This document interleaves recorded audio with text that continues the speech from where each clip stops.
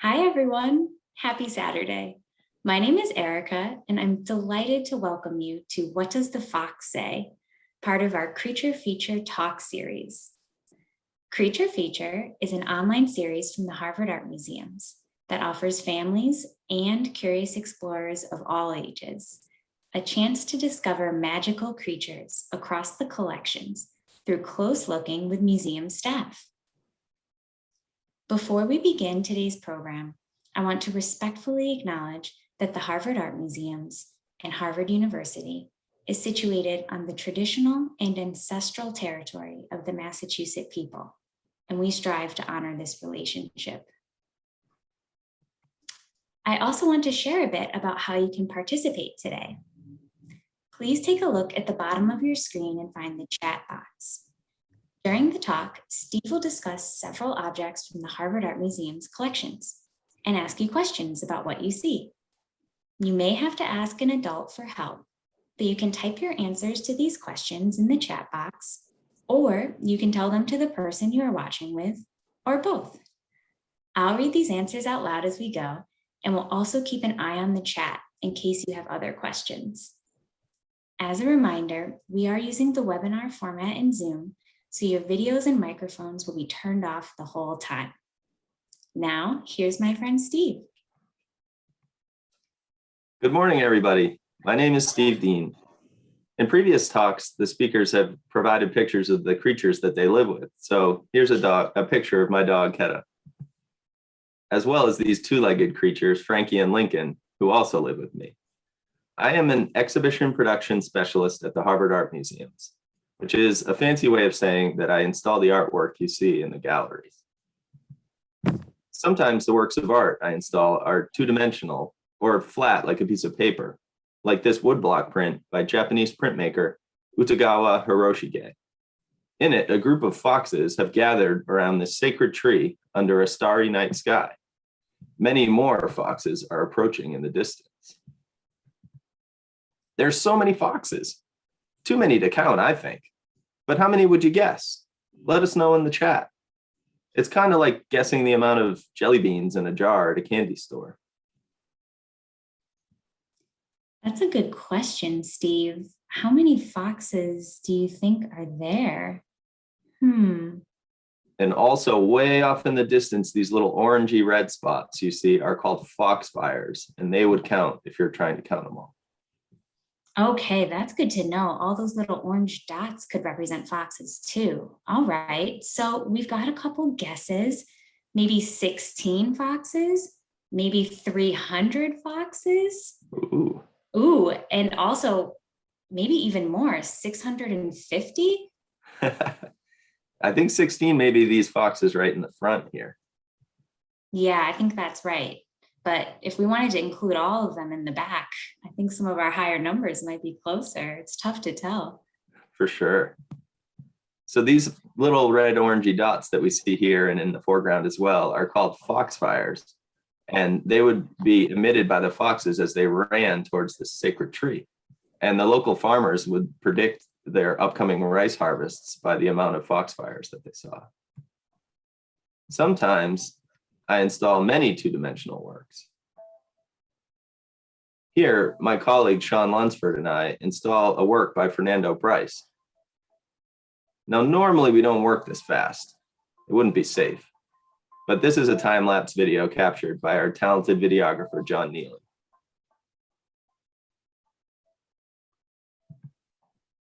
I also install three-dimensional works, such as sculptures or things that you could hold, like this incredible silver stirrup cup by Thomas Pitts. It was used to drink a toast of mulled wine before a hunt for good luck. What's your favorite drink? Let us know in the chat. Mine is iced tea, but I've never drank it out of a fox before. I like iced tea too, Steve, but I think I also really like just hot tea, especially on chilly days. That cup would get warm if it was hot tea. It's true. Let's see, what are some of our guests' favorite drinks? We've got apple cider. That's another one that can be great hot or cold. Any other favorite drinks out there? Tea? We're all in agreement there. A lot of tea drinkers. Definitely. As you took your drink, you would see an inscription on the back of the cup right here. And you could also note the maker's marks here at on the rim of the cup, which would tell you that the cup was made by Pitts. And the inscription was wishing you good luck on the hunt. And the cup is about the size and shape of an ice cream cone, just to give you an idea on the size of it. Now, I've called this a cup, but does it seem like it might be missing something or that it's different than cups that you normally use? Let us know in the chat. I'm guessing that most of you don't drink out of silver cups normally. I certainly don't drink out of a silver cup when I'm at home. A good question. Let's see, what looks different about this cup? Someone thinks that maybe it's missing a handle or it has no steady base, which begs the question, how would you set it down? Very good point. Yeah, this cup would be completely impractical for everyday use without the steady base that our listener said. It would spill the minute that you tried to set it down if you put it on the little snout of the fox. But it does fit in your hand perfectly. And it would be easy to hold on to if your horse got a little bit jumpy. There's a question, do you drink all in a couple gulps?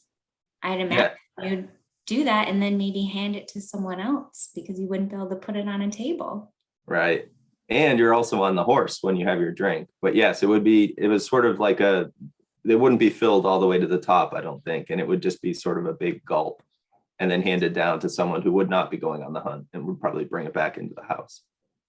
Do we know how heavy the cup is, Steve? Not very heavy, about the size of, about the heaviness of like a pint glass that made out of glass. Great, thanks. And you might also wonder why the Incredible Hulk is holding this cup, but that's just my hand in a green nitrile glove like doctors use.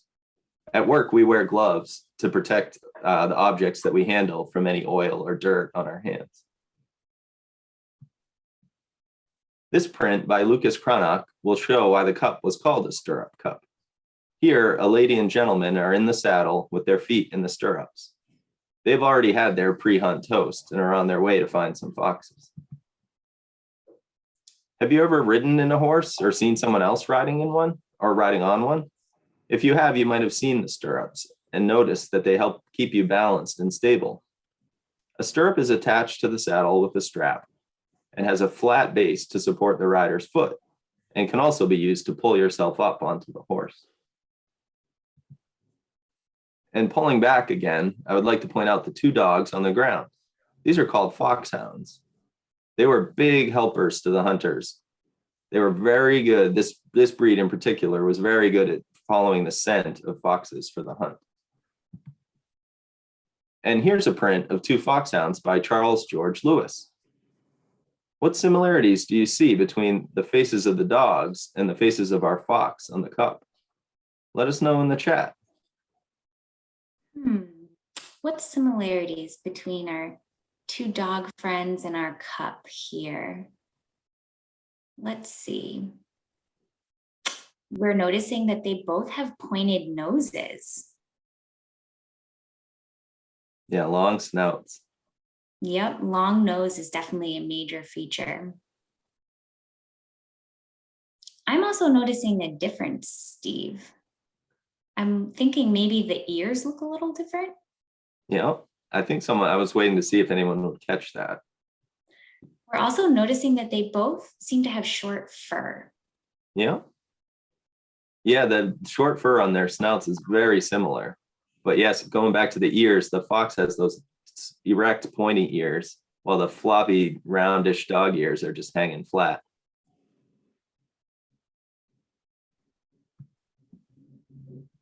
Now, our stirrup cup would have been made using an ancient technique called raising that was used even back in Egyptian times. But our cup is nowhere near that old. It was made in 1771.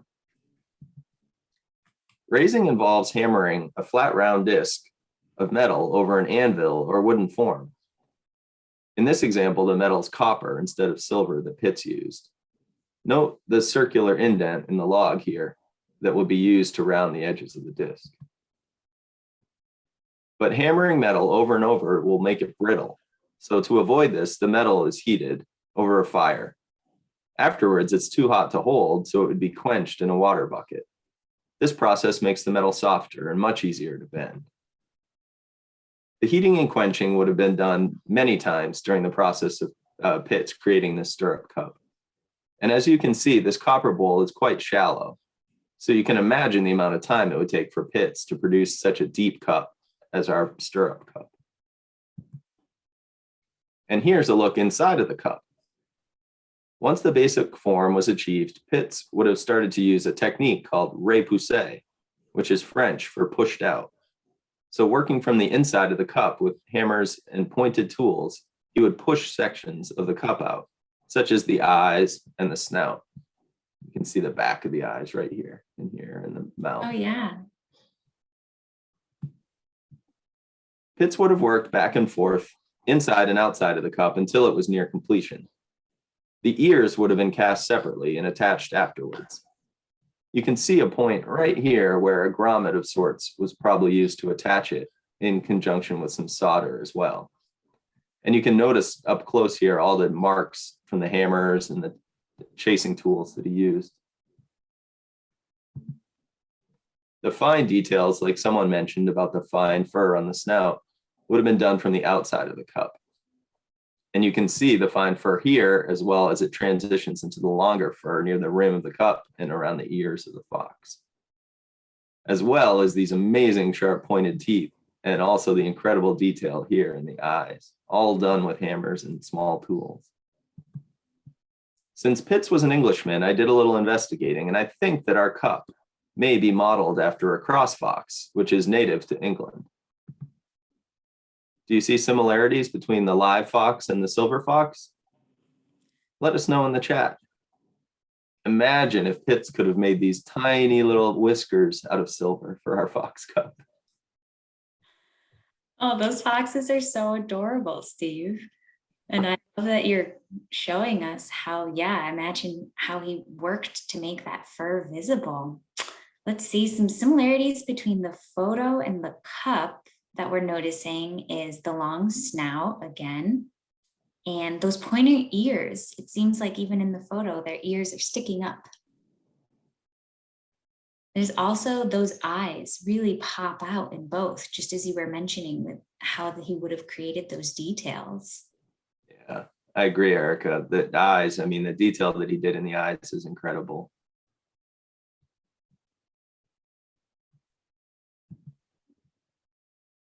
So right now we've only seen the cup laying on the ground or in my hand. But this brings me to my favorite part of my job, which is playing with Play-Doh. Just kidding. This video is of my daughter, Frankie, but it will help explain how I made the mount I did to hold this object. Notice how she smushed the Play-Doh in and it takes the shape of that dog.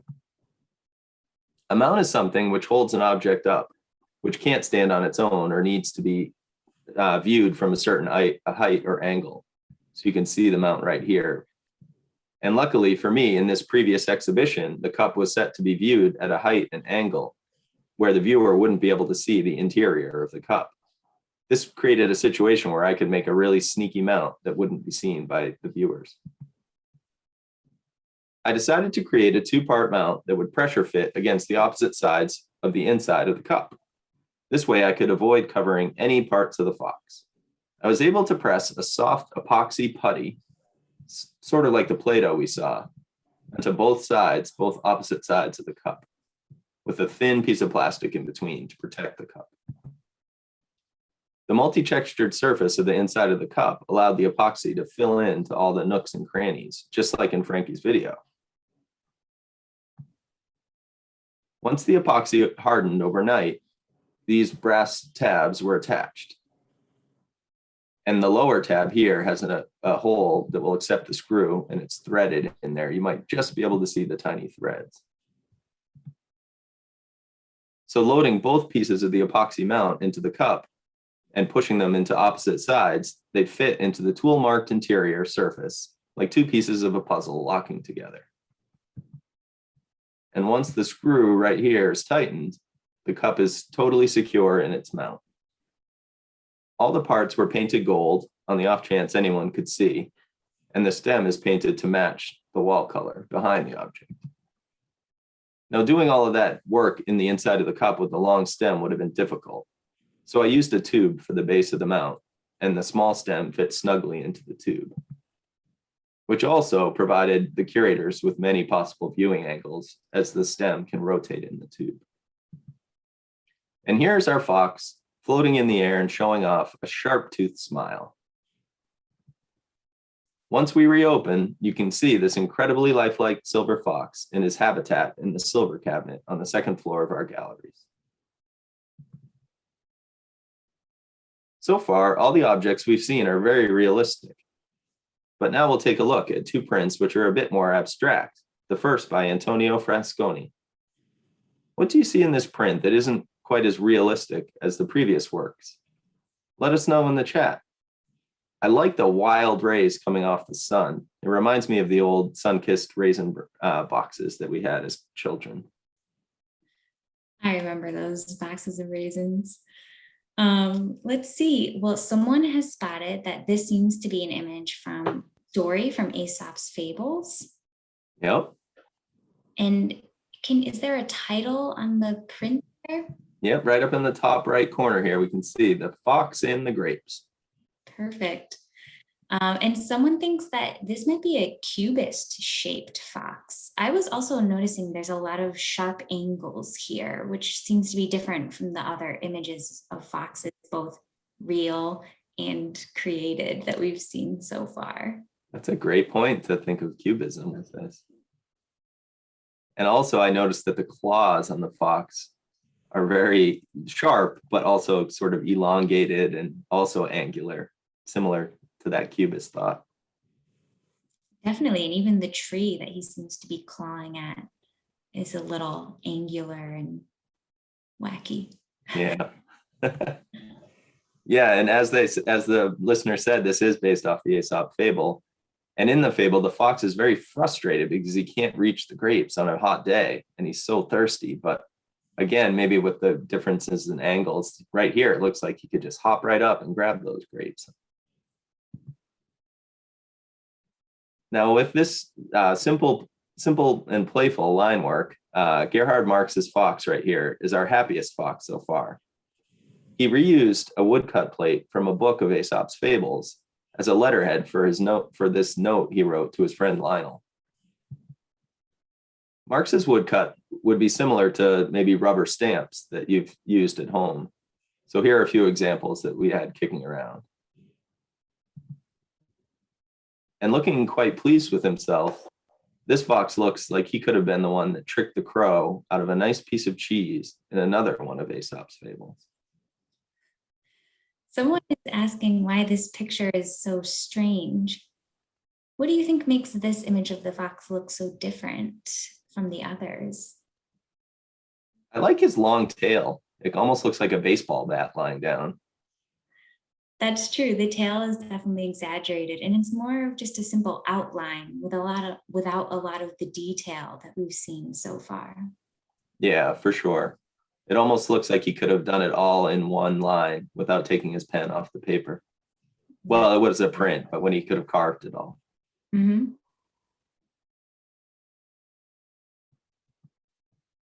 Marx's minimal fox leads us to our next subject, which is this bronze sculpture of a running fox. This fox, if you can believe it, is around 2,500 years old. It's not only old, it's tiny. So I put that pencil in there as a reference. Think about the luck that it took for this object to make it through all those thousands of years without being lost or damaged. It's still in such great condition that we can easily see its tail, snout, ears, and legs. And if we look very, very closely, we can even see the indent carved between its front legs and front paws. Here's a Play-Doh version by my son, Lincoln. Do you think you could make one like this? What materials might you use? We left ours out to harden overnight to see if it would last, but it cracked and broke. This version didn't even last 24 hours, let alone 2,500 years. So we'll let our fox run off now with some help from this Samuel Howitt print of a fox eluding its hunters. Run, little fox, and we'll move on to our last subject. Anthropomorphism. Now that is a big word, but it pretty much means animals acting like humans. This fox, drawn by Jean-Ignace Isidore, is the poster child for the term. His fancy clothes and his walking stick, they allow him to play the role of the gentleman with ease.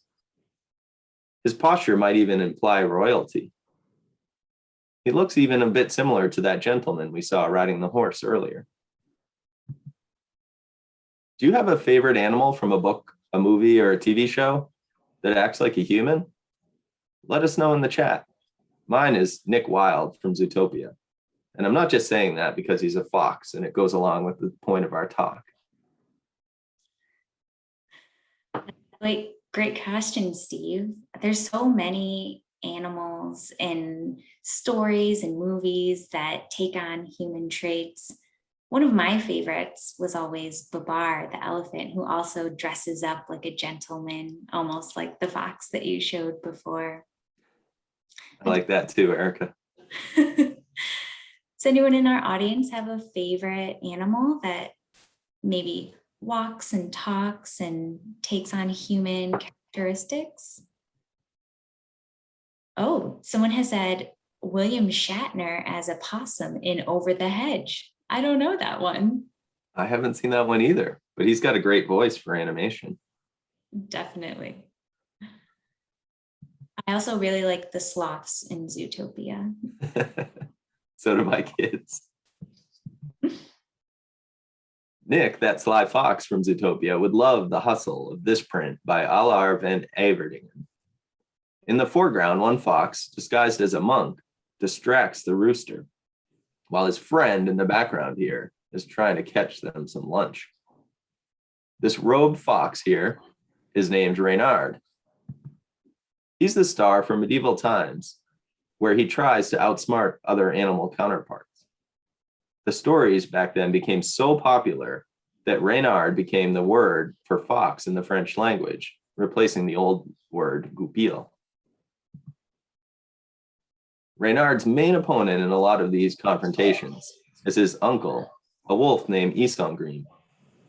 However, in this print, Isengrim plays peacekeeper between an angry-looking bear and a bashful, remorseful-looking Reynard.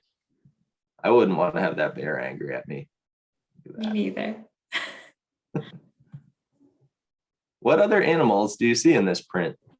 Let us know in the chat. And bonus points if you can tell what instrument is being played in the shadows on the upper left. Oh, let's see here. There's a few other animals I see. And I'm noticing there could be a hare. Someone's pointed out a ram. Yeah. And then for the instrument, we've got a couple of guesses. Could maybe be a trumpet, a cat who could be playing the bagpipes. Ooh, I think whoever said cat with the bagpipes, I think is correct. This sort of looks like it could be an animal who has a big belly, but I do think that it's the bag of the bagpipes with the other portion of the pipes sticking out in the background. I'm also surprised that there's no birds up in the tree. They have so many great animals in here. We do have a rooster on the ground, but. That's true. Someone did notice the rooster as well. Good job, everybody. So back to the title of this talk. What does the fox say? Many different things to many different cultures. It can be a mischievous trickster, a god of prosperity, a shapeshifter between human and animal forms, an evil spirit, or often a benevolent guide. This figure on the far left looks to me to be the inspiration for Max from Where the Wild Things Are. So with this wild rumpus of objects from the Peabody Museum, we will end our talk for the morning. Thanks very much for listening. Thanks, Steve. And thanks to everyone in the audience. We do have a few minutes left for questions. And so I was wondering if we could go back to a question that we didn't get to earlier on, which is, do you know about how much liquid would fit in that stirrup cup, Steve? That is a good question. I would say maybe about 2 cups, like a baking cup. Okay. And that seems like kind of on the smaller side, but maybe it's for a special drink, so you wouldn't need too much of it. Yeah.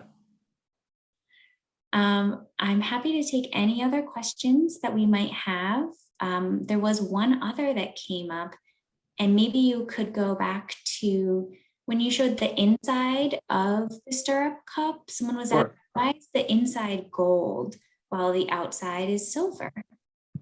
Let me see if I can go back. While I go back, I can explain that the inside is what's called gold gilt.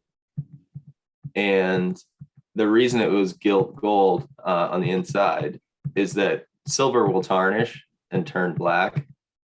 And this gold gilding inside would protect the cup from getting dirty if it was filled with like a sticky liquid or any sort of liquid that might mar the interior of the cup. So the inside would be easy to rinse out. Since it's gold, it would always stay gold, whereas the outside of the cup would have to be polished once in a while. That makes sense. Thank you. There's another question about why you think the fox has been, chosen as a main character in so many stories and movies. Do you think there's specific characteristics or maybe mythologies that just really like the fox as a character?